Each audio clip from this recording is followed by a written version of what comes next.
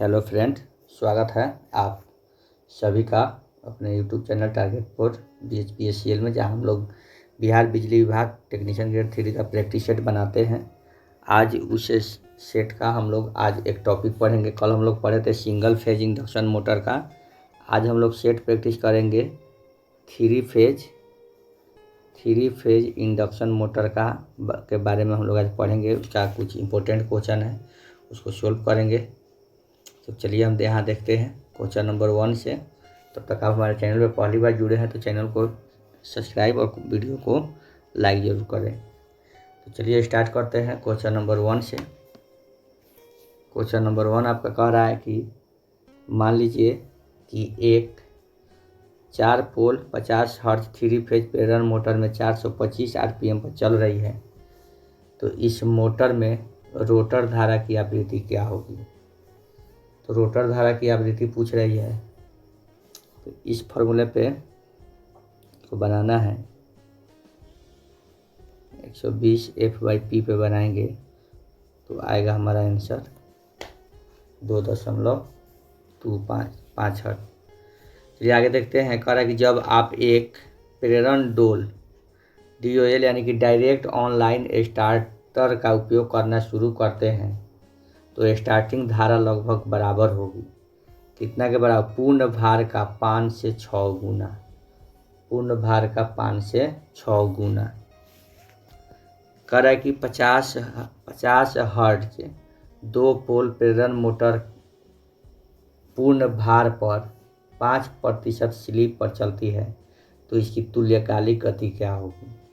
तो इसकी तुल्यकालिक गति यहाँ भी उसी पे बनेगी, 120 F/P पे बनेगी भी। तो यहाँ पे 50 120 अब बटा में पोल 4 है तो 25 और 25 यहाँ पे देखेंगे 120 गुने 50 बटा पोलों की संख्या 4 है, कटा देंगे 30 1500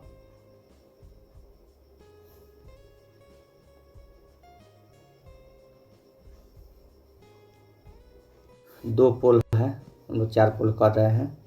120 गुने 50 बटा में 2 है, कटा देंगे 60 6 3000। और यहाँ पे स्लिप रिंग दिया हुआ है तो इसका 5% हम लोग कम करेंगे, तो ये ऑप्शन में नहीं दिया है, इसीलिए हमारा ऑप्शन नंबर बी आंसर होगा। थ्री फेज प्रेरण मोटर में 3 फेज स्टेटर धारा के कारण उत्पन्न फ्लक्स क्या होता है। तो उत्पन्न फ्लक्स जो होता है 3 फेज स्टेटर धारा के कारण, तो वह होता है आपका एक दूसरे से 120 डिग्री के एंगल पे रहता है। आगे देखेंगे निम्नलिखित में से किससे बचाने के लिए 3 फेज प्रेरण मोटर के रोटर स्लॉट को टेढ़ा किया जाता है। किससे बचाने के लिए? तो क्रॉलिंग से बचाने के लिए। 3 फेज इंडक्शन मोटर का स्टेटर निम्नलिखित में से किसके समरूप होता है। तो ये प्रत्यावर्तक के समरूप होता है। डैश स्टार्टर स्टार्टिंग के समय स्टार्टिंग वोल्टेज को कम नहीं करता है। कौन होता है? जो स्टार्ट होता है उस समय स्टार्टिंग वोल्टेज को कम नहीं करता है, तो वह होता है डायरेक्ट ऑनलाइन। ये होता है स्टार्टर। जब 3 फेज भार पर फेज अनुक्रम उलट जाता है तब क्या होता है? फेज अनुक्रम उल्टा हो जाएगा। उलट जाने का मतलब उल्टा हो जाएगा तो क्या होगा? तो फेज धारा के कला कोण में परिवर्तन होता है, लेकिन परिमाण में नहीं। इंडक्शन मोटर में सिंक्रोनस स्पीड डैश द्वारा दी जाती है, जिसमें F का वितरित आवृत्ति P में ध्रुवों की संख्या के लिए स्टेटर वाइंडिंग को घुमावदारित किया जाता है। इसका आंसर हो जाएगा आपका 9 का। यहाँ पे देखिएगा 9 का हो जाएगा आपका, ये भी वही ऑप्शन लगेगा 120 F/P। Single phase induction motor में किसका प्रयोग करके स्व प्रारंभ किया जाता है? स्व प्रारंभ किया जाता है किसका? तो संधारित्र का प्रयोग करके। स्क्वायरल केज इंडक्शन मोटर में कितने स्लिप रिंग होते हैं? तो इसमें जो है आपका 0 स्लिप रिंग, एक भी स्लिप रिंग जो है स्क्वायरल केज इंडक्शन मोटर में नहीं होते हैं। कौन सी इंडक्शन मोटर का आकार सबसे बड़ा होगा? कौन इंडक्शन मोटर का आकार सबसे बड़ा होगा? तो ये हो जाएगा आपका 45 किलोवाट 975 आरपीएम। 975 आरपीएम ये सबसे बड़ा होगा। 1 एचपी बराबर क्या होता है? 1 एचपी यानी कि 1 हॉर्स पावर बराबर होता है 746 वाट। 746 वाट होता है।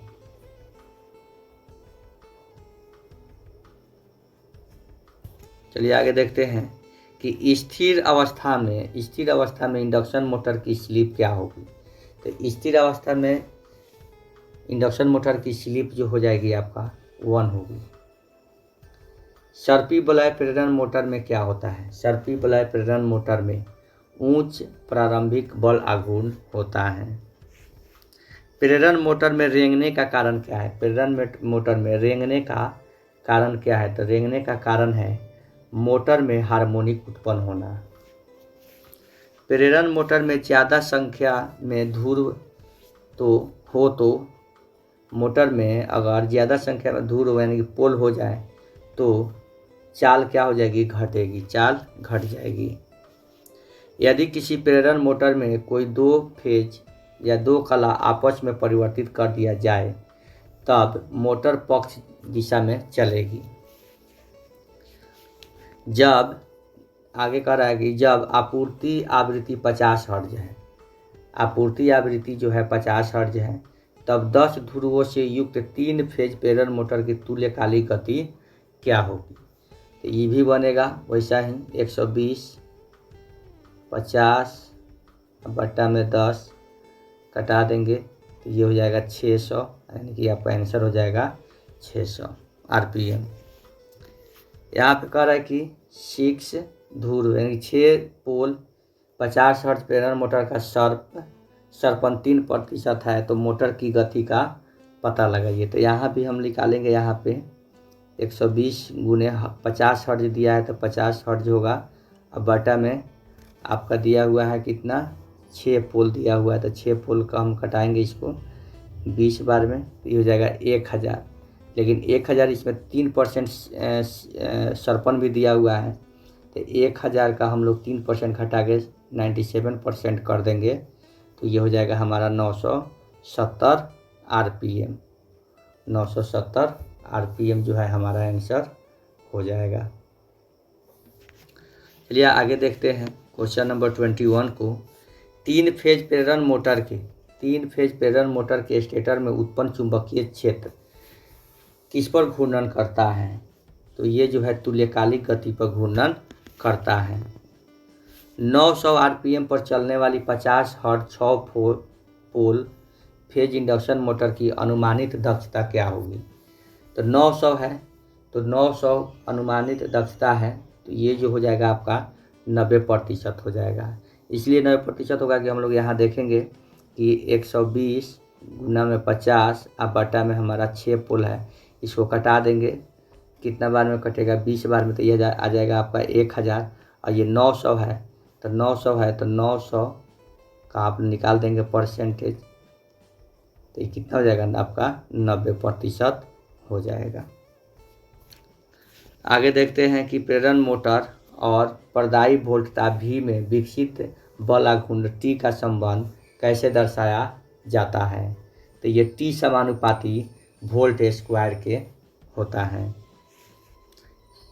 3 कला 400 वोल्ट 50 हर्ट्ज प्रेरण मोटर की रोटेट गति 715 आरपीएम है तो मशीन में ध्रुवों की संख्या निकालना है। तो ध्रुवों की संख्या इसमें भी निकालना है तो इसका भी वही हो जाएगा 120 F/P यानी कि 50। अब आटा में आपका पोलो की संख्या नहीं दिया हुआ तो P लिखेंगे बराबर में 715 लिखेंगे और यहाँ से P का मान निकालेंगे। P का मान निकालेंगे तो हमारा आंसर आ जाएगा आपका ऑप्शन नंबर D 8 आ जाएगा। 3 फेज प्रेरण मोटर को उत्क्रम दिशा में घूर्णन का कारण क्या है? उत्क्रम दिशा में घूर्णन का कारण जो है आपका ऑप्शन नंबर डी, पर्दाई लाइन की कला अनुक्रम उत्क्रम हो गया है। किसकी आवश्यकता को पूरा करने के लिए प्रेरण मोटर का रोटर मोटर घूर्णी स्टेटर चुंबकीय अभिवाह की ही दिशा में चलता है? तो इसका कारण क्या है? तो इसका कारण है लेंज के नियम। लेंज के नियम। प्रेरण मोटर का रोटर हमेशा किस पर चलती है? प्रेरण मोटर का रोटर जो है तुल्यकालिक गति से कम गति पर हमेशा चलती है। फिर न्यूमेरिकल दिया है कि एक 3 फेज 8 पोल इंडक्शन मोटर को 400 वोल्ट 50 हर्ट्ज से आपतित की जाती है, तो स्लिप 4% हो तो रोटर की गति क्या होगी? तो रोटर की गति क्या होगी? तो इसका भी निकालेंगे हम लोग। 120 50 पोलों की संख्या दिया हुआ है आपका 8, कटा देंगे 15 बार में 15 पचे 75 750 और इसका स्लिप दिया हुआ है 4, तो 4 इसमें आपका निकाल देंगे 25 30 निकाल देंगे तो कितना हो जाएगा आपका 720 आ जाएगा। जितना परसेंट दिया हुआ है उतना कम कर देंगे तो आ जाएगा। 5 HP 3 phase 415 volt 50 hertz squirrel cage प्रेरण मोटर किसके उपयोग से शुरू किया जा सकता है? तो ये DOL स्टार्टर से शुरू किया जा सकता है। 3 फेज वाले स्क्वायरल केज मोटर का शुरुआती करंट क्या होता है? शुरुआती करंट जो होता है इसका क्या होता है? तो शुरुआती करंट जो होता है निर्धारित करंट से 5 से 6 गुना होता है। रिपीट क्वेश्चन है।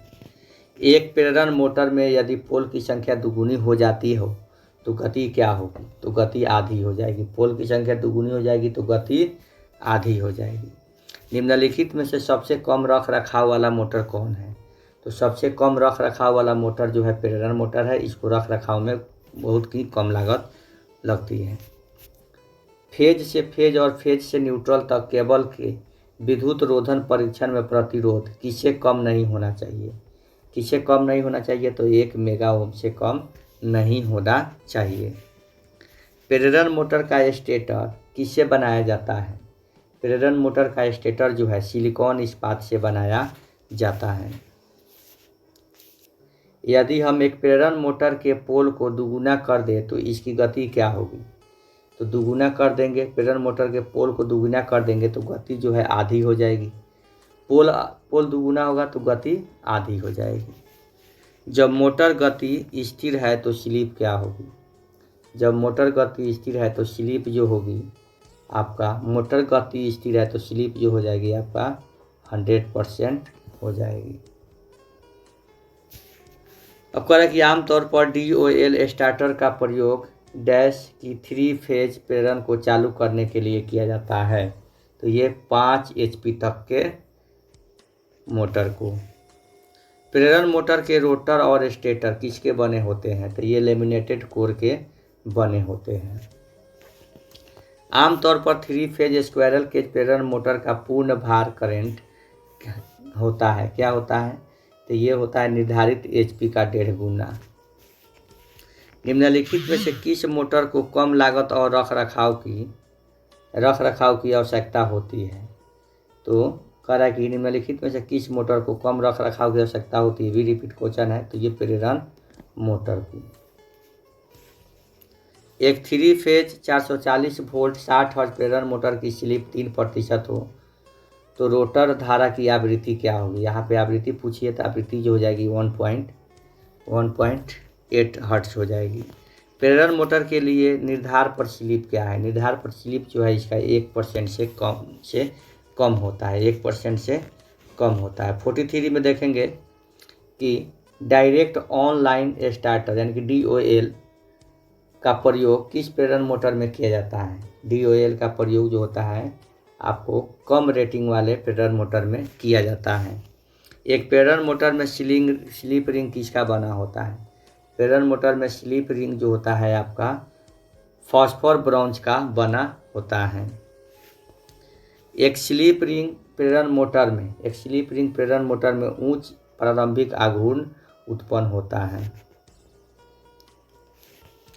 जब दो फेज आपूर्ति को 2 फेज स्टेटर कुंडली से जोड़ दिया जाए तो निम्न में से कौन सा प्रभाव संभव है। तो ये एक घूर्णन चुंबकीय क्षेत्र उत्पन्न होता है।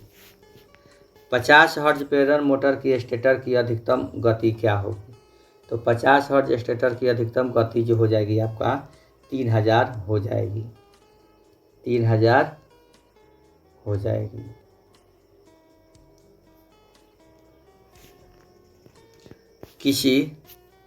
किसी कोणीय स्थिति पर स्टेटर वाइंडिंग रोटर वाइंडिंग वायु अंतराल से अधिकतम ऊर्जा कहाँ से संचित होती है। तो कहाँ से संचित होती है, तो वायु अंतराल से ही संचित होती है। अब आता है कि मुख्य संपर्कों की तुलना में सहायक संपर्क के बारे में कौन सा विकल्प सही है। तो सही विकल्प हो जाएगा कम करंट ले जाना। स्क्वायरल केज मोटर में इंड रिंग और रोटर चालक अस्थायी रूप से लघुपथित होते हैं। 3 फेज इंडक्शन मोटर किसके सिद्धांत पर कार्य करता है। तो ये म्यूचुअल इंडक्शन के सिद्धांत पर कार्य करता है। भारी लोड उठाने के लिए इस्तेमाल किए जाने वाले होइस्ट क्रेन में आमतौर पर निम्नलिखित में से किस मोटर का प्रयोग होता है। तो क्रेन जो होता है उसमें स्लिप रिंग इंडक्शन मोटर का प्रयोग होता है। चलते हुए मोटर के घूर्णन दिशा को, कोई मोटर अगर चल रहा है तो उसके घूर्णन दिशा को उल्टा करने के प्रयास को निम्नलिखित में से क्या कहा जाता है। तो उसको कहा जाएगा प्लगिंग। क्या कहा जाएगा, प्लगिंग। देखेंगे कह रहा है कि प्रेरण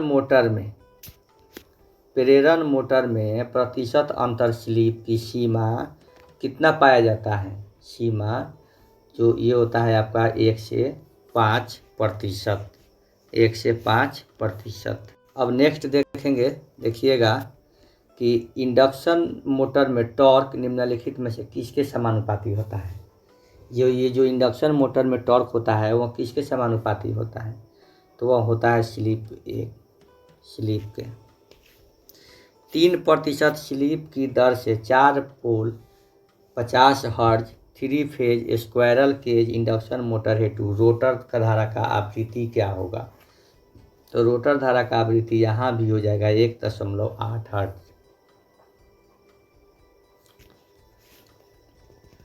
मोटर की गति शून्य लोड पर 1100 आरपीएम से रेटेड लोड पर 1050 आरपीएम घटती है तो मोटर का स्लिप क्या होगा। तो स्लिप बराबर हो जाएगा आपका कितना घट रहा है, 50 घट रहा है। तो जितना घट रहा है उतना गुने 100, ये कितना से घट रहा है 1100 से। 1100 से इसको हम कटा देंगे 1100 से, तो हमारा सब कटा देंगे तो आ जाएगा ऑप्शन नंबर सी 4.76 जो है हमारा आंसर आ जाएगा। 10 HP 3 phase 440 volt induction motor का पूर्ण लोड करेंट निम्नलिखित क्रम का होता है। किस क्रम का होता है। तो ये 16.70 एम्पियर का। नेक्स्ट कह रहा है कि 3 phase squirrel cage induction motor का प्रमुख भाग इनमें से कौन सा है। तो प्रमुख भाग स्टेटर और रोटर दोनों हैं। इंडक्शन मोटर की परिचालन गति क्या होती है। तो इंडक्शन मोटर की परिचालन गति जो होती है लोड की वृद्धि के साथ थोड़ी कम हो जाती है। प्रेरण मोटर का फ्रेम किससे बना होता है। प्रेरण मोटर का फ्रेम जो होता है देखिएगा किससे बना होता है। तो प्रेरण मोटर का फ्रेम जो होता है आपका ग्रेड मिश्रित ढलवा लोहा से बना होता है। किसी इंडक्शन मोटर को एस स्लिप और एफ इनपुट फ्रीक्वेंसी के साथ संचालित हो रही है कि रोटर धारा की आवृत्ति कितनी होगी। तो इसका हो जाएगा एस एफ। किसी त्रिकोणीय प्रेरण मोटर में जब हम स्टेटर वाइंडिंग को सप्लाई देते हैं तो क्वाइल में धारा के कारण स्टेटर में क्या निर्मित हो जाता है, तो चुंबकीय फ्लक्स जो है निर्मित हो जाता है। स्लिप रिंग इंडक्शन मोटर में रोटर करंट आवृत्ति निम्नलिखित में से किस पर निर्भर करती है, तो ये स्लिप की मात्रा पर निर्भर करती है। तो आगे देखेंगे, देखिएगा यहाँ पे कि किसी बहुकला प्रेरण मोटर में निम्नलिखित में से कौन सा गुण होता है, कौन सा गुण होता है बहुकला प्रेरण मोटर में। तो यहाँ पे आप देखिएगा कि स्वचालित का गुण होता है, सेल्फ स्टार्टिंग का। कह रहा है कि 5 किलोवाट 50 हर्ट्ज का 10 ध्रुवीय स्लिप रिंग प्रेरणी मोटर 960 आरपीएम तुल्यकालिक गति 1000 आरपीएम के साथ चल रहा हो तो प्रतिशत सरपन यहाँ भी प्रतिशत सरपन देख लेंगे कि यहाँ पे हमारा क्या है, तो 1000 में से 960 घटाएंगे, अब बटा में कर देंगे हमारा 1000 और गुना में 100, तो 0 से 0 कटेगा, यहाँ बचेगा आपका 40/10 यानी कि 4% जो है हमारा स्लिप जो है होगा। क्या होगा? 4%। एक स्लिप रिंग प्रेरण मोटर में उच्च ताम्रहानि होता है। क्या होता है? उच्च ताम्रहानि होता है। 3 फेज इंडक्शन मोटर का स्टेटर 3 फेज एसी स्रोत से जुड़ा होता है तो यह एक घूर्णी चुंबकीय क्षेत्र बनाता है जो इस गति पर घूर्णन करता है। किस गति पर? सिंक्रोनस गति पर। 3 फेज इंडक्शन मोटर के बारे में निम्नलिखित में से कौन सा कथन सही है? 3 फेज इंडक्शन मोटर के बारे में कौन सा कथन सही है? तो यहाँ पे देखेंगे कि इसे स्टार्ट करना आसान है क्योंकि इसमें एक सेल्फ स्टार्टिंग टॉर्क होता है।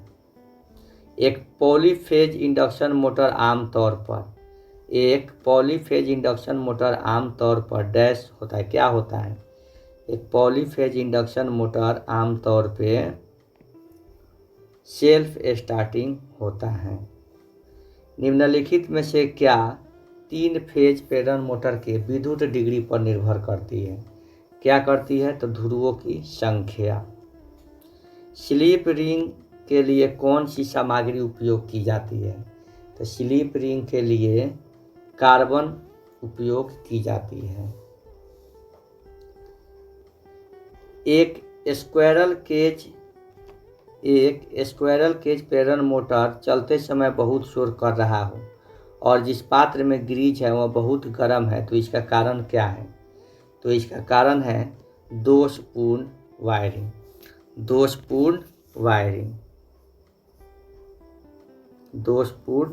वायरिंग जो है इसका कारण हो जाएगा। यहाँ पे हम लोग 72 देखेंगे। 72 कह रहा है कि स्लिप्ड रिंग के लिए कौन सी सामग्री उपयोग की जाती है?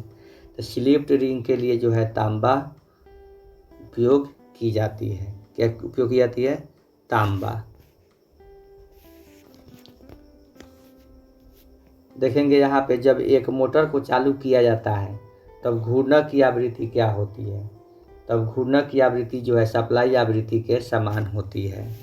लास्ट क्वेश्चन देखेंगे कि यहाँ पे कि प्रेरित विद्युतवाहक बल की दिशा सदैव ऐसी होती है कि वह ऐसी धारा स्थापित करने का प्रयास करता है जो उस गति अथवा चुंबकीय परिवर्तन का विरोध करती है जिसके कारण वह विद्युतवाहक बल प्रेरित हुआ है। यह नियम क्या कहलाता है?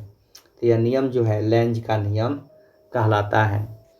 तो मिलते हैं फिर अगले सेशन में, तब तक के लिए जय हिंद।